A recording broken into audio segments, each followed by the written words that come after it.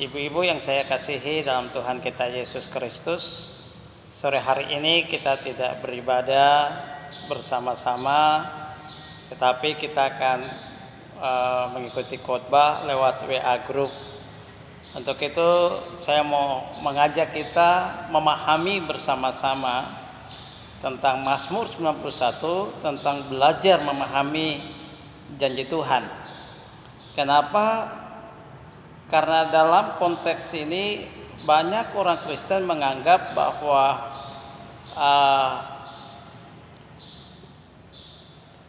saya tidak bisa mengena COVID, saya tidak bisa mengena Corona, karena Mazmur 91 merupakan benteng bagi hidup saya dan itu janji Tuhan buat saya. Itu memang benar. Tapi sore hari ini saya mau mengajak kita melihat bersama-sama, kita akan belajar tentang belajar memahami janji Tuhan dengan benar. Ya, tersebarnya virus COVID-19 di seluruh Indonesia bahkan dunia membuat orang-orang Kristen memiliki berbagai persepsi.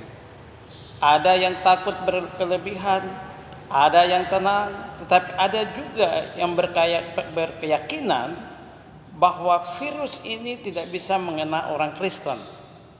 Dan mereka mengutip dari Mazmur 91 ini.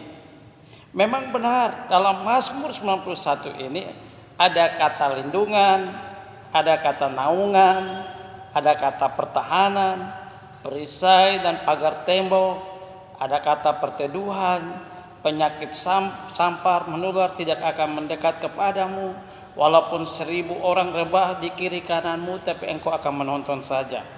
Memang ayat-ayat itu ada, tetapi ingat kita harus meletakkan konteks ini dengan benar, dengan tepat, menurut apa yang dimaksud oleh pemazmur.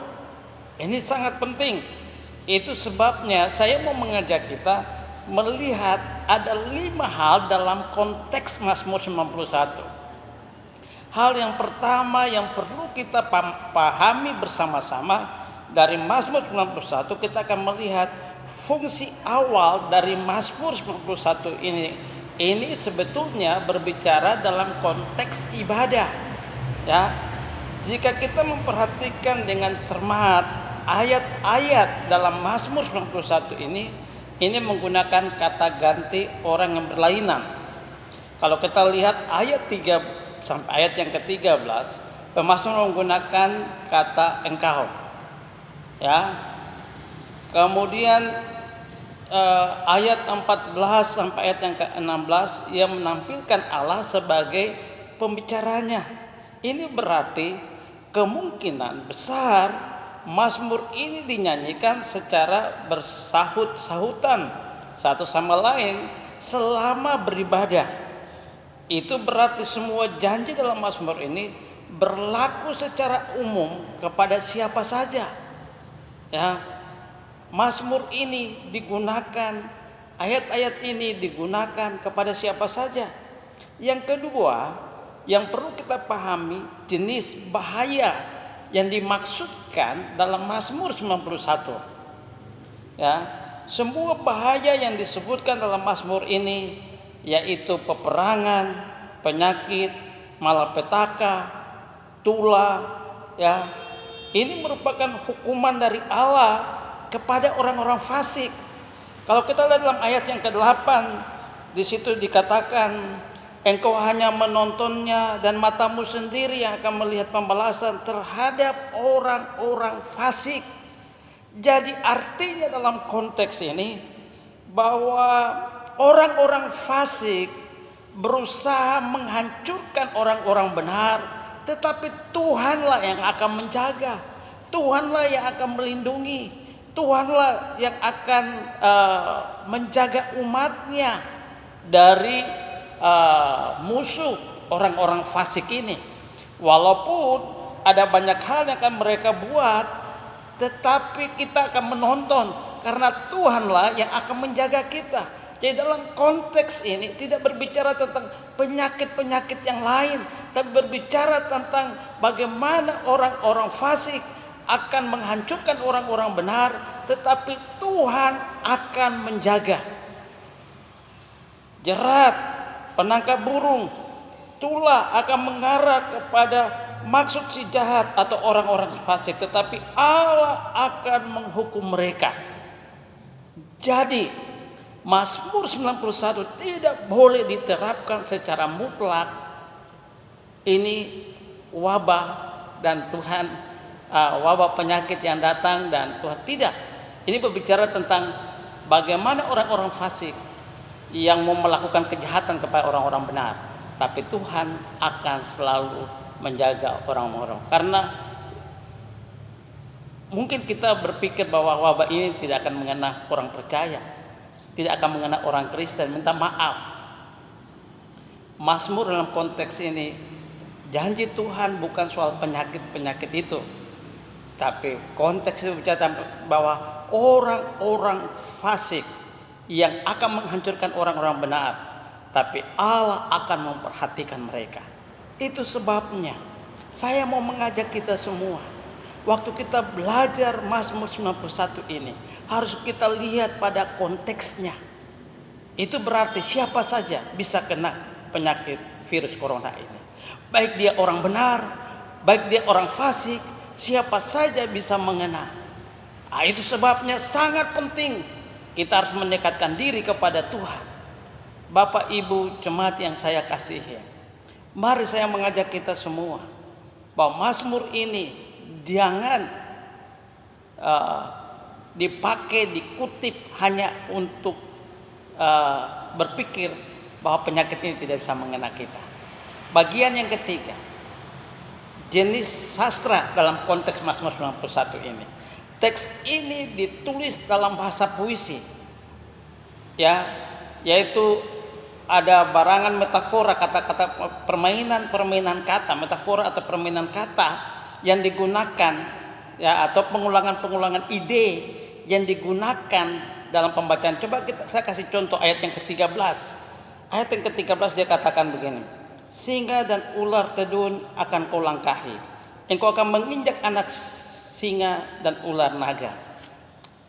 Coba kita lihat, ya, sangat konyol kalau kita menginjak anak singa.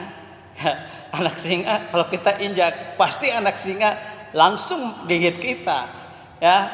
Jadi ini konteks ini jangan kita menafsirkan dengan sembarangan, tidak boleh, ya. Karena kembali kepada sastra dalam konteks ini, ya. Dalam konteks ini pengulangan kata atau metafora atau permainan kata atau pengulangan ide. Itu sebabnya ini tidak bisa ditafsirkan secara harfiah. Hati-hati benar.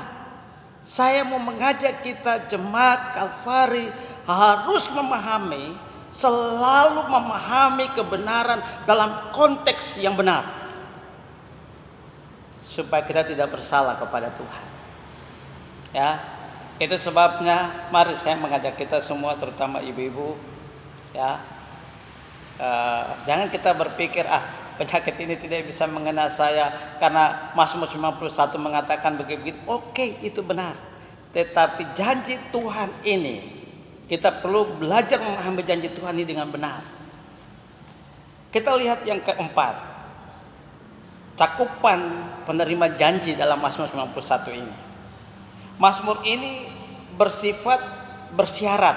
Artinya janji ini berlaku untuk semua orang, tidak untuk semua orang, tapi hanya bagi mereka yang punya hubungan dengan Tuhan, yang senantiasa dengan Tuhan, duduk dalam lindungan Allah, yang mempunyai hubungan erat dengan Tuhan, maka Tuhan pasti menolong.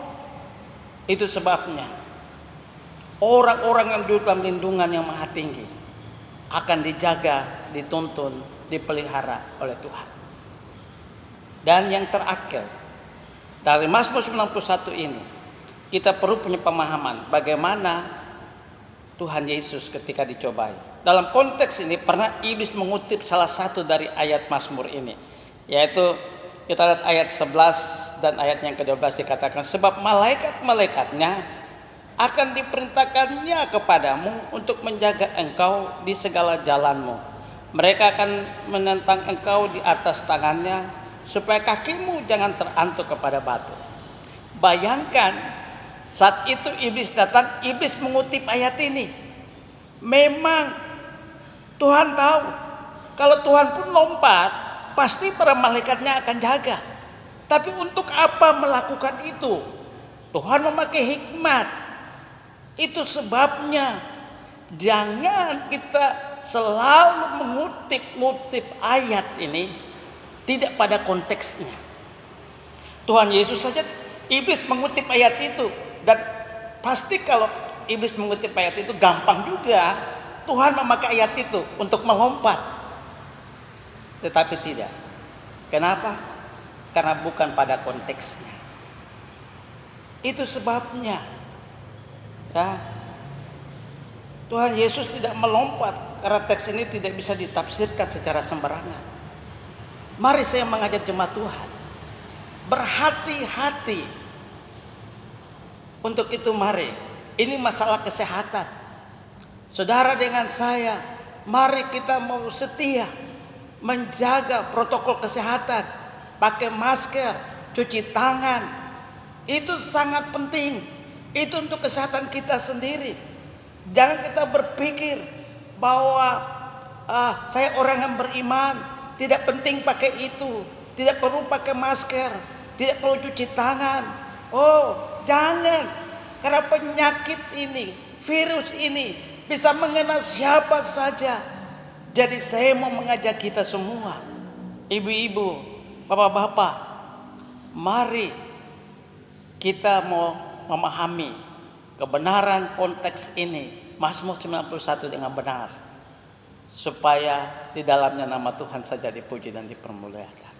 Itu sebabnya walaupun iblis sudah mengutip ayat itu, bahwa malaikat dikatakan bahwa sebab malaikat-malaikatnya akan diperintahkannya kepadamu untuk menjaga engkau di segala jalanmu. Mereka akan menentang engkau di atas tangannya, supaya kakimu jangan terantuk kepada batu. Iblis mengutip ayat ini kepada Tuhan, tapi Tuhan tidak melakukannya. Kenapa? Karena Tuhan memakai hikmat. Kalau saya lompat ke bawah, menunjukkan saya kalah dari iblis. Akhirnya Allah menentang iblis. Ada tertulis, engkau harus menyembah Tuhan Allah. Mari saya mengajak kita semua, ibu-ibu, bapak-bapak, mari kita mau memegang janji Tuhan, tetapi memegang janji Tuhan dengan memiliki pengertian yang benar tentang janji-janji Tuhan. Biarlah lewat refleksi kebenaran ini, saya mau mengajak kita supaya kita memahami kebenaran ini dengan benar dalam konteks yang benar. Demikian, Tuhan memberkati kita sekalian.